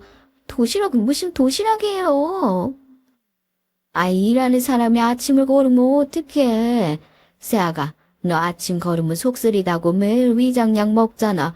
귀찮아도 가져가서 하나만 먹어. 그때 마침 회사 건물 안에서 양복을 입은 남자들이 나오면서 며느리에게 아는 척을 하더라고요. 회장님 아직 도착 안 했냐고 물으면서요.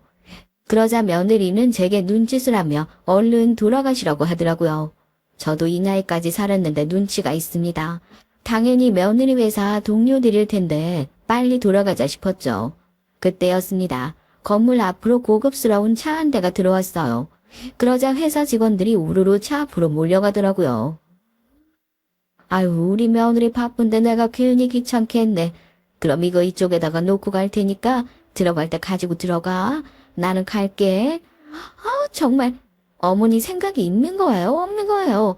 쪽팔리게 여기가 어디라고 와서는 이런 거 먹을 시간 없으니까 가지고 가세요. 며느리는 아무리 바빠도 그렇지 또 제게 심한 말을 하더군요. 제가 바닥에 내려놓은 도시락 가방까지 발로 툭 치면서요. 며느리와 잘해보려고 했지만 괘씸해도 너무 괘씸했습니다. 가방이 넘어지면서 도시락통이 아예 뒤집어져 버렸거든요. 저는 바닥에 굴러다니고 있는 약밥을 주었습니다. 며느리 면상에 던져주려고요. 그런데 그 순간 말도 안 되는 일이 벌어졌습니다. 제 곁으로 웬 점잖은 노신사 한 분이 다가왔어요. 누님, 송이 누님 맞죠? 저예요. 보은 살 때 누나네 집에 얹혀 살았던 진웅이요. 어머, 이게 누구야? 정말 법대생 진웅이네. 아유, 이렇게 늙은 할머니를 어떻게 단번에 알아봤어? 살면서 세상이 참 좁다는 소리 많이 들었지만 정말 제게도 이런 일이 일어날 줄은 몰랐어요. 우리 집에 살면서 법대에 들어갔던 진웅이가 글쎄 제 며느리가 다니는 회사 회장님이 되어 있더라고요. 나는 진웅이 넌 당연히 사법고시 통과해서 멋진 법조인이 되었을 줄 알았는데 이렇게 큰 회사 회장님이 됐네. 제가 누님을 어떻게 잊어요. 누님한테 얻어먹은 밥이 얼만데요. 그때 누님 내 아버지 아니었으면 전 지금 이렇게 살아있지도 못할 겁니다. 우리 아버지 돌아가시고 눈앞이 깜깜할 때 제 등록금도 내주시고 우리 어머니한테 땅도 빌려주신 덕분에 먹고 살았잖아요.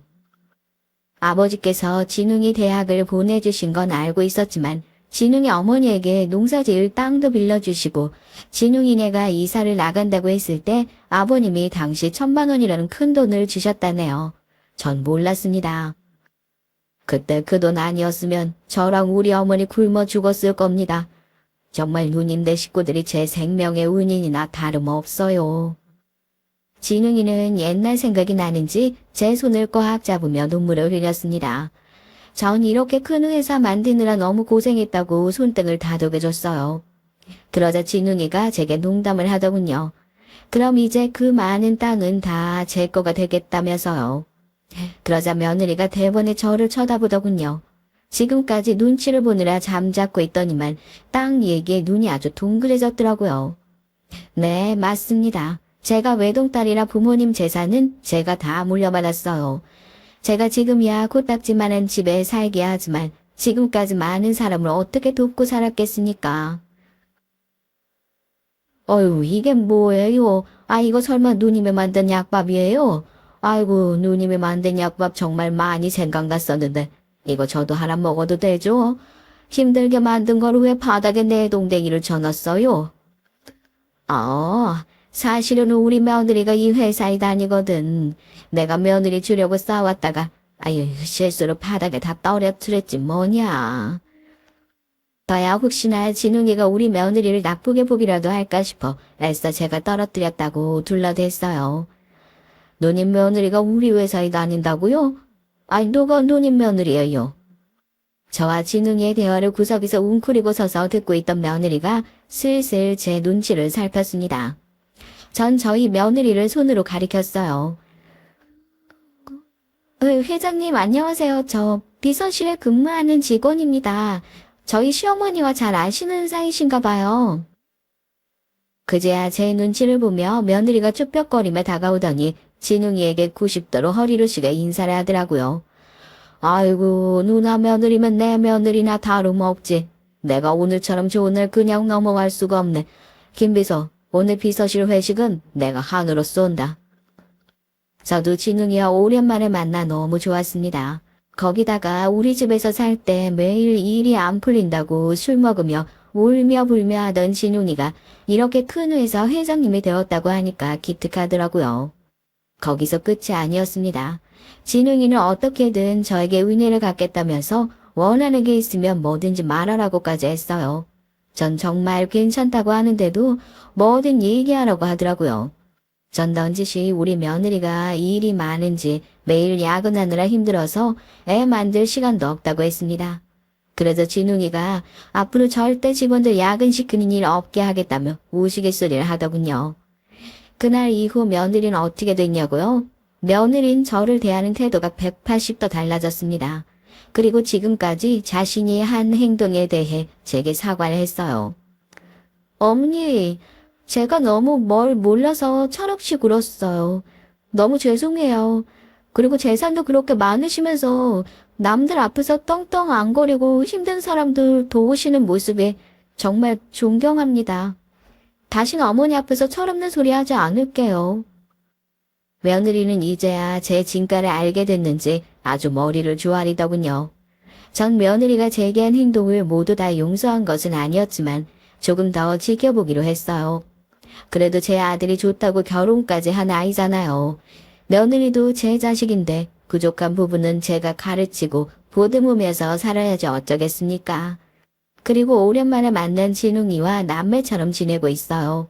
그 덕분에 며느리도 회사 생활이 아주 편해졌다며 제게 아주 고마워합니다. 여러분의 가정에도 우여곡절 많으시겠지만 언제나 좋은 방향으로 해결되길 바라겠습니다. 저의 긴긴 얘기 끝까지 들어주셔서 감사합니다.